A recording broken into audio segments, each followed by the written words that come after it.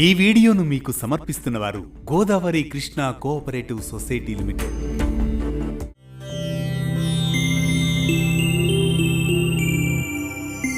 సూర్య భగవానుడు ధనుస్సు రాశిలో సంచరించే నెల రోజుల కాలాన్ని ధనుర్మాసం అంటారు.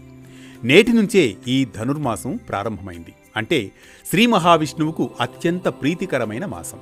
గోదాదేవి విష్ణు వ్రతం చేపట్టి స్వామిని కీర్తించింది ఈ ధనుర్మాసంలోనే. ధనుర్మాసం అంటే దివ్య ప్రార్థనకు అనువైన మాసమని అర్థం.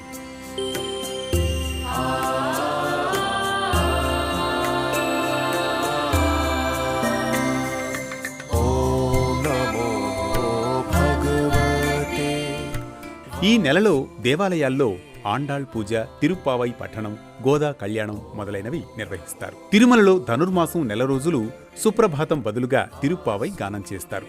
సాక్షాత్తు భూదేవి అవతారమైన ఆండాళ్ రచించిన దివ్య ప్రబంధమే తిరుప్పావై. ద్రవిడ భాషలో తిరు అనగా పవిత్రం, పావై అనగా వ్రతం అని అర్థం. వేదాలు, ఉపనిషత్తుల సారమే తిరుప్పావై అని హిందూ పురాణాల్లో పేర్కొన్నారు. ధనుర్మాసంలో ఉదయం, సాయంత్రం దీపారాధన చేయడం వల్ల లక్ష్మీదేవి అనుగ్రహం లభిస్తుంది. ఈ నెలలో ప్రతిరోజు బ్రహ్మముహూర్తంలో పారాయణం చేసిన వారు దైవానుగ్రహానికి పాత్రులవుతారని ప్రతీతి. ధనుర్మాసంలో విష్ణువును మధుసూదనుడు అనే పేరుతో పూజించి మొదటి 15 రోజులు చక్కెర పొంగలి లేదా పులగం నైవేద్యంగా సమర్పించాలి. తరువాత 15 రోజులు దద్యోదనం అర్పించాలి. ధనుర్మాసంలో స్నాన, దాన, హోమ, వ్రత పూజలు చేయడం చాలా మంచిది.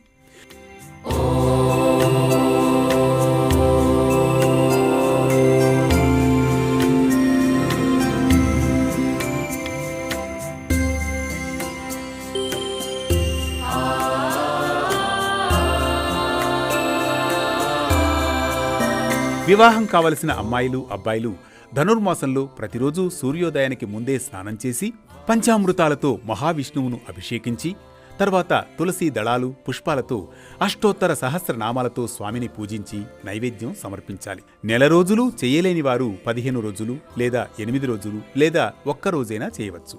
ఇలా చేయడం వలన కళ్యాణ ప్రాప్తి కలుగుతుంది. ధనుర్మాసం అంటే భగవంతుడికి మనల్ని దగ్గర చేసే సమయం. ఈ మాసంలో ఎంత ఎక్కువ భగవన్నామస్మరణ చేస్తే అంత త్వరగా ఆయన హృదయంలో మనకు చోటు దొరుకుతుంది. ఈ సమయంలో దేవతలు, ఋషులు, పితృదేవతలు భూమి మీదకు దిగి వస్తారని నమ్మకం. అందుకే ఈ మాసంలో ఒక్క తులసీదళం సమర్పణ వైకుంఠ ప్రాప్తితో సమానమని, ఒక్క గీతాశ్లోకం పఠిస్తే సర్వపాప విమోచనమని, ఒక్కరోజు ఉపవాసం ఉంటే 1000 ఏకాదశుల ఉపవాసం ఉన్న ఫలితం కలుగుతుందని పురాణాలు చెబుతున్నాయి. మరో భక్తి రాగం, ధర్మ దీపంతో మళ్లీ కలుద్దాం రేపటి పరమార్థంతో. ఓం నమో భగవతే వాసుదేవాయ.